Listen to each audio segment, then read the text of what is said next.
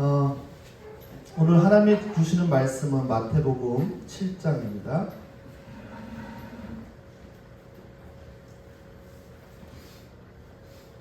마태복음 7장 24절에서 29절 말씀입니다. 제가 먼저 읽고 그 다음에 여러분들이 읽고 서로 교독하겠습니다. 제가 먼저 읽겠습니다. 그러므로 내 말을 듣고 그들을 행하는 사람은 반석 위에다 자기 집을 지은 슬기로운 사람과 같다고 할 것이다. 비가 내리고 홍수가 나고 바람이 불어서 그 집에 부딪혔지만 무너지지 않고 그 집을 반석 위에 세웠기 때문이다. 그러나 나의 이 말을 듣고서도 그들을 행하지 않는 사람은 모래 위에 자기 집을 지은 어리석은 사람과 같다고 할 것이다. 비가 내리고 홍수가 나고 바람이 불어서 그 집에 부딪히니 무너졌다. 그리고 그 무너짐이 엄청났다. 예수님께서 이 말씀을 마치시니 우리가 그의 가르침에 놀랐다. 예수께서는 그들의 율법 학자들과는 달리 번이 길 가르치셨기 때문이다. 아멘. 사진 한번 잠깐 볼까요? 예수님, 제 짐이 너무 무거워. 그래서 예수님께 왔어요. 이렇게 돼 있죠? 네. 혹시 이 삶의 무거운 짐 때문에 힘든 분들이 계십니까? 원래는 이 동영상인데 아기가 막 우는 가을이 같아요? 가을이 닮았어요? 이렇게 무거운 가방을 이렇게 메고 아기가 울고 있어요. 이거 아기가 움직일 수 있을까요? 없을까요? 못 움직이죠. 너무 무거워서 못 움직여요. 움직일 수 있는 방법은 이거 풀고 이렇게 가면 되겠죠. 오늘 이 시간에 이 무거운 짐을 주님 앞에 내려놓고 가벼운 마음으로 우리가 주님을 찬양하고 예배했으면 좋겠습니다. 우리가 아까 광고 시간에도 말씀드렸지만 사순절 기간이에요. 이 기독교의 핵심 중에 하나가 뭐냐면 부활입니다. 부활. 이 부활을 가능케 했던 그 고난에 또 굉장히 의미가 있습니다. 그래서 이 부활절, 예수님이 부활했던 그 부활절 그 전 40일을 사순절로 이렇게 지냅니다. 40이라는 이 숫자가 성경에서는 좀 특별한 그런 숫자이죠. 노아의 홍수 기간이 또 40일이었고 또 예수님께서 공생애를 출발하는 그 순간 가지셨던 금식 기도가 40일이었고 모세가 시내산에서 십계명을 받기 위해 지낸 시간이 40일이었고 또 엘리야가 호렙산에서 하나님의 계시를 받기 위해 기다린 시간이 40일이었던 것들을 우리가 성경을 통해서 보게 됩니다. 사순절이 시작되는 제2수요일 2월 17일이죠. 왜 제2수요일이라고 하냐면 참회의 상징으로 이마에 재를 뿌리는 그런 이스라엘의 그런 관습에서 유래가 된 것이죠. 그때가 되면 재를 뿌리고 자신의 죄를 회개하는 겁니다. 내 죄를 위해서 예수님이 고난을 당하셨던 그 슬픔과 애도를 표현하기 위해서 그렇게 사순절을 지킵니다. 이 기간 동안에 우리가 좀 더 말씀을 읽고 기도하고 묵상하고 또 금식도 하고 그렇게 지내는 것이죠. 이 기간들을 통해서 여러분들이 더 성숙되어지고 영적 성장이 이루어질 수 있는 기간들이 될 수 있기를 간절히 축복합니다. 여러분 세상에서는요 이런 얘기를 많이 해요. 생각을 바꿔야 된다. 매일 긍정적인 생각을 하면 인생이 행복해진다. 이렇게 얘기를 합니다. 정말 백만장자가 되고 싶으면 부자가 될 수 있는 생각을 해라. 이렇게 이야기를 하죠. 이 긍정적인 생각을 굉장히 강조합니다. 그런데 긍정적인 이 생각만 갖고 되지 않는다고 해요. 뭐예요? 생각만큼 중요한 게 뭐냐면 행동이라는 겁니다. 행동. 생각을 긍정적으로 가지고만 있는 것이 아니라 행동으로 옮겨야 실질적으로 삶이 바뀔 수 있다라고 세상적인 그 책에서도 이야기를 합니다. 내가 정말 성공하고 싶어 생각만 하고 있으면 아무 일도 일어나지 않는 것이죠. 그냥 변화된 생각, 내가 긍정적인 생각 갖고 있으면 그것을 행동으로 바꿔야 된다라는 것. 이런 말도 있죠. 행복하기 때문에 웃는 게 아니라 웃기 때문에 행복하다라는 얘기가 있어요. 행동이 또 생각을 바꾼다라는 말도 있죠. 그래서 요즘에도 보면 웃음 치료가 이렇게 하시는 분들이 있죠. 뭐예요? 웃음이 안 나오는 상황일지라도 웃으면 어떻게 돼요? 행복해진다라는 거예요. 그래서 막 박수 치면서 깔깔대고 막 웃어요. 그러면 뇌는 그것을 그대로 받아들인다라는 얘기합니다. 세상에서도 이렇게 얘기합니다. 그런데 오늘 본문에서 예수님이 말씀하시는 거예요. 오늘 말씀은 5장, 6장, 7장 산상수훈의 결론을 말씀하고 있어요. 정말 예수님의 말씀을 통해서 우리가 어떻게 살아야 되는지 또 어떤 사람인지 예수 믿는 사람들이 알아야 될 것들을 잘 말씀하시면서 마지막에 내린 결론이 오늘 읽었던 본문이에요. 오늘 본문에 이렇게 기록이 되어 있죠. 그러므로 내 말을 듣고 그대로 행하는 사람은 반석 위에다 자기 집을 지은 슬기로운 사람과 같다고 할 것이다 라고 기록이 되어 있어요.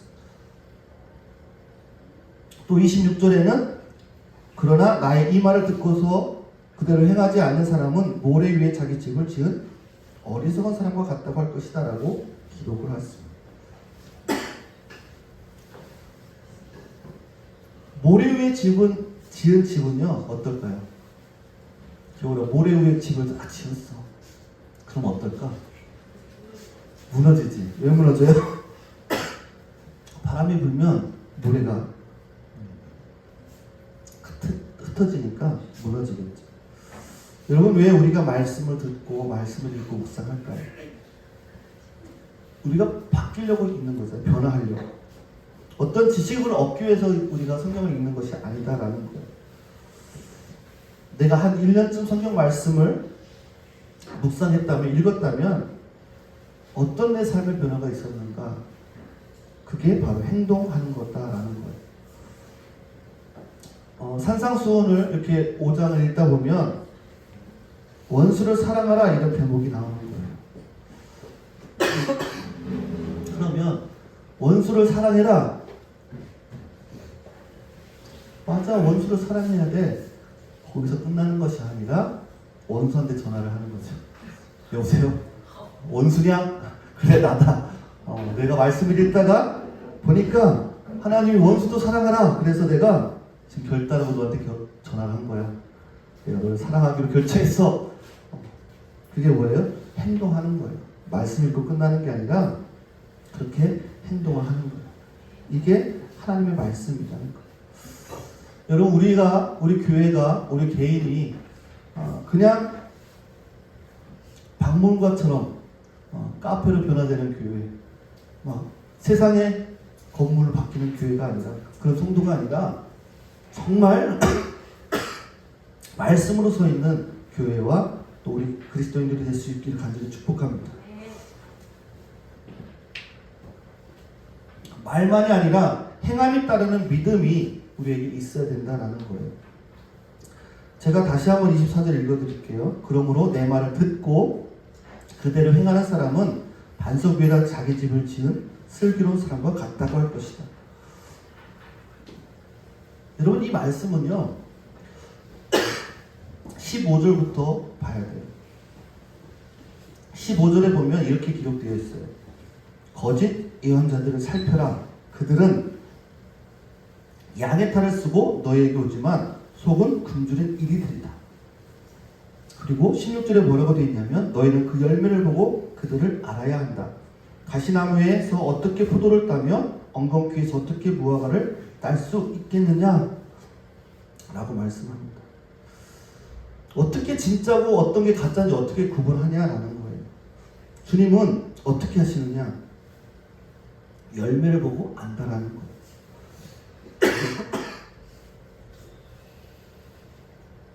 어떻게 가시나무에서 포도가 나고 엉겅퀴에서 무화과나무를 딸 수 있겠느냐? 여러분, 이 열매라는 단어가요, 어떤 말로 바꿀 수 있냐면 행동으로 바꿀 수 있어요. 행동.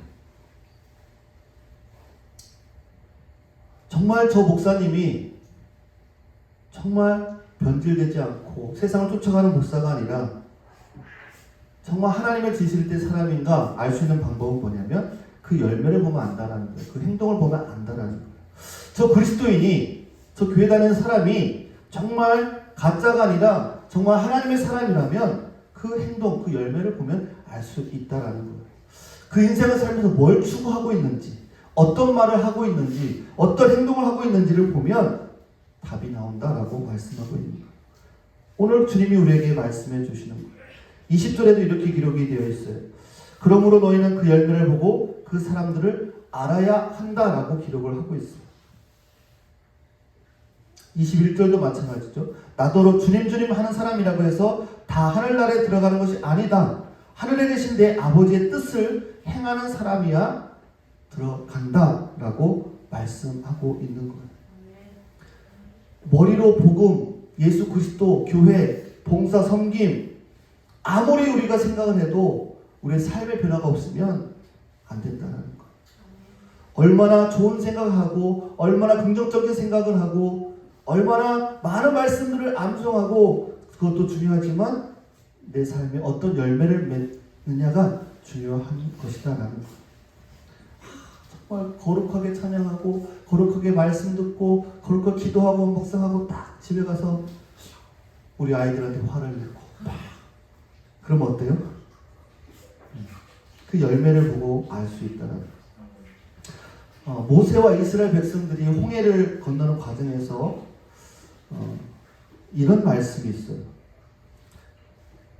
출애굽기 14장 15절 이런 말, 모세가 이런 말을, 너는 주님께서 모세에게 이런 말씀하세요. 너는 왜 부르짖느냐? 너는 이스라엘 자손에게 명하여 앞으로 나가게 하여라 라는 말씀이 있어요. 너는 왜 부르짖냐? 네 자손들에게 명해서, 이스라엘 자손들에게 명해서 앞으로 나가게 하라 라고 말씀하세요. 잘못 이해하면 기도하는데 기도하지 말고 행동해라 라는 생각으로 들리기도 합니다. 그런데 이 말씀은 무슨 뜻이냐면 왜 기도만 하느냐라는 거예요. 기도했으면 움직이라는 거예요. 왜 밤낮 부르짖기만 하느냐? 행동을 해라 라고 말씀하는 거예요. 기도했으니까 이제 이스라엘 사람들에게 뭐라고 명령해요? 전진해라 라는 거예요. 야고보서 22장 22절에도 보면 이 믿음과 행함은 같이 움직이게 되어 있어요. 하나님은 우리가 행동하기를 원하십니다.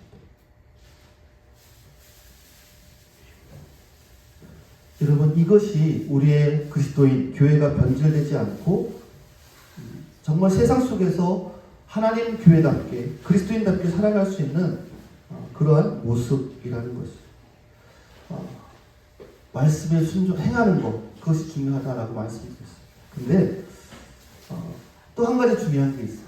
그게 뭐냐면 행하되 말씀으로 기초해서 행해야 된다라는 거예요. 말씀이 기초 없는 행함은요 아무 소용이 없는 거예요. 세상은요, 세상에서 성공하는 방법, 어떤 목사님이 한국에 가서 지난주인가 그 어떤 모임이 있었는데 그 목사 한국에 가서 서점을 가봤대요. 서점을 가봤더니 옛날에는 보통 그 기독교 그 책들이 한 곳에 이렇게 크게 이렇게 자리가 있었는데 이번에 가보니까 그 자리가 없어지고 불교, 뭐 천주교, 뭐 이런 식으로 다른 종교의 한 칸에 조그맣게 이렇게 배치가 됐다라는 거예요. 그것도 큰 서점에, 뭐 교보문 뭐 이런 큰 서점에 가보니까 그렇다는 거. 그러면서 보니까 가장 많이 이렇게 앞에 진열대에 놓여 있는 책이 돈 버는 방법, 성공하는 방법, 주식하는 방법, 그런 것들이 너무 많이 깔려 있더래요. 그게 뭐예요?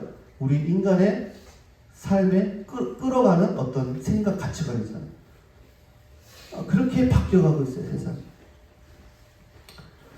마태복음 7장 24절. 내 말을 듣고 그대로 행하는. 하나님은 행함을 강조하시기 위해서 이 말씀을 하시지만 이 말씀 가운데 그 기초가 어디예요? 하나님의 말씀을 듣고 행하라고 말씀하고 있어요. 그 사람이 지혜로운 사람이다 라고 말씀하고 있어요. 어떤 행위를 해야 어떤 행위를 해야 구원받는다라는 말씀이 아니에요. 지혜로운 사람은요, 내 삶의 모든 변화를 가져다 주는 이 말씀이 기준이 되어야 된다라고 말씀하고 있는 거예요. 21절에도 뭐라고 그랬어요? 주님 하는 사람마다 다 천국에 갈 수 없다라는 거예요. 어떤 사람이 들어간다고요? 하나님의 아버지의 뜻대로 행한 사람이 천국에 가는 거야 라고 주님은 말씀하고 있어요. 그럼 뭐예요? 하나님의 뜻을 알아야 되잖아요. 하나님의 뜻이 뭔지를 알아야 되니까 말씀을 읽어야 돼요. 묵상해야 되는 거예요. 여러분, 사도 바울 잘 아시죠? 사도 바울. 자, 사도 바울 누군지 아는 사람? 누구예요, 사도 바울? 사도 바울이 누구죠? 사도 바울. 사도 바울이라는 사람은 예수님을 믿는 사람들을 잡고 죽이는 게 정말 하나님을 잘 믿는다라고 생각했던 사람입니다. 근데 그 사람이 그때도 사람들을, 그리스도인들을 잡으러 가다가 이 다마스쿠라는 곳에서 예수님을 만납니다. 갑자기 하늘로부터 빛이 내리쬐면서 땅에 엎드려집니다. 그래서 어떤 소리를 듣냐면, 사울아 사울아 내가 어찌하여 나를 핍박하느냐라는 소리를 들어요. 그러면서 이 바울의 인생이 완전히 바뀌게 됩니다. 예수님을 만나고 완전히 인격적으로 예수님을 만나고 바뀝니다, 삶이. 그러면서 바울이 이런 질문을 해요.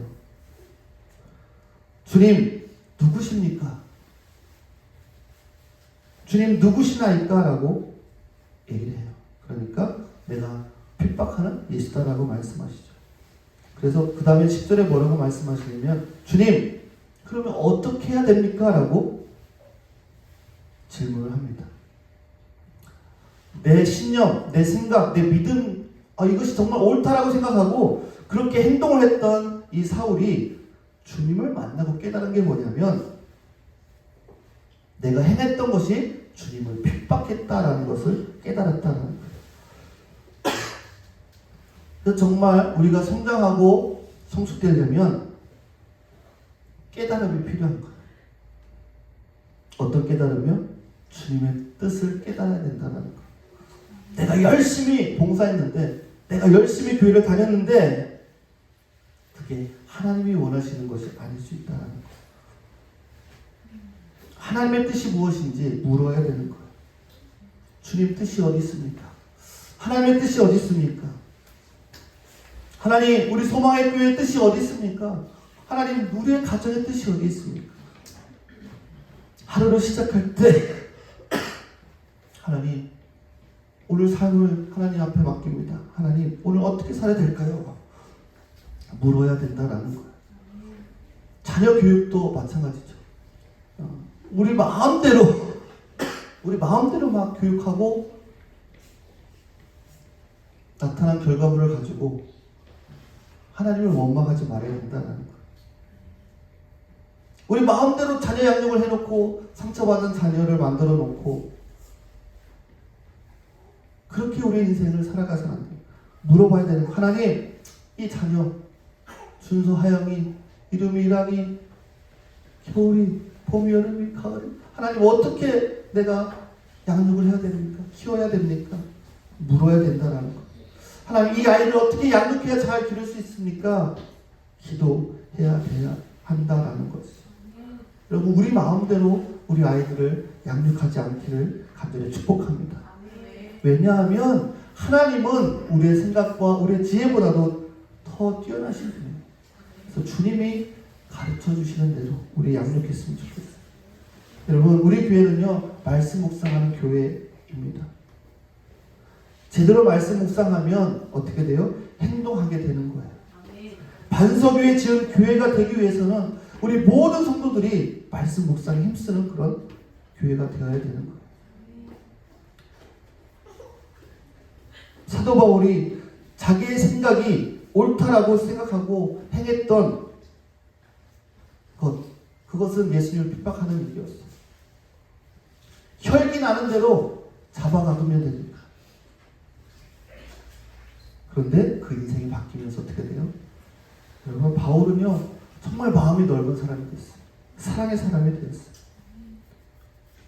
성령이 함께 하시고 말씀이 그를 움직이게 하시는 거죠.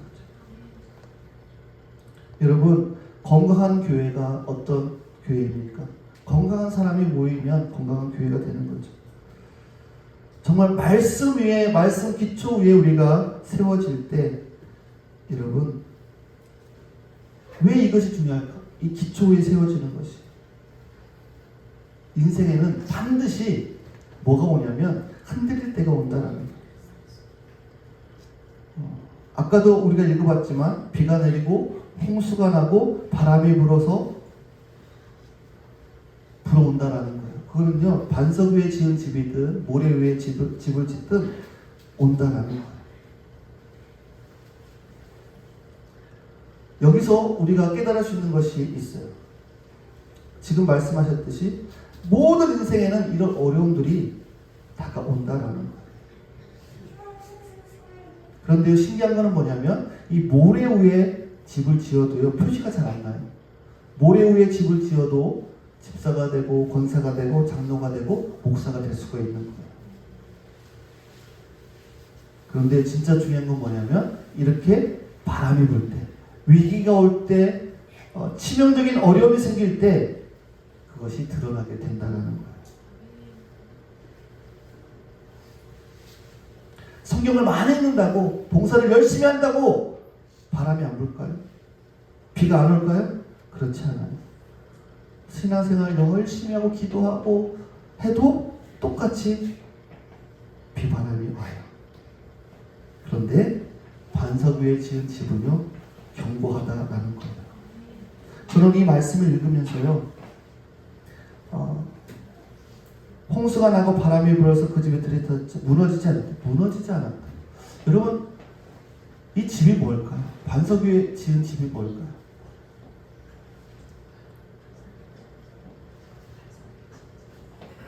이 17절에 보니까 그 무너짐이 엄청나다 그랬거든요.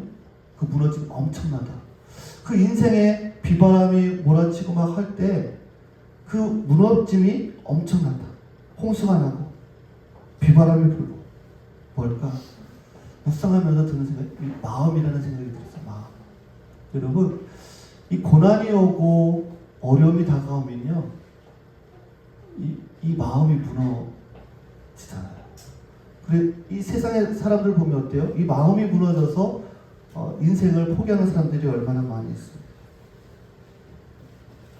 그런데 이 반석 위에 세운 집은요, 그런 어려움이 와도 무너지지 않는다라는 거예요. 왜요? 하나님이 우리의 왕이시기 때문에 그래요. 우리 인생의 주인이시기 때문에 그래요. 사람들이 볼 때는 완전히 망한 것 같아요. 정말 돈도 없어. 뭐 사업도 안 돼. 직장도 안 돼. 뭐가 안 돼.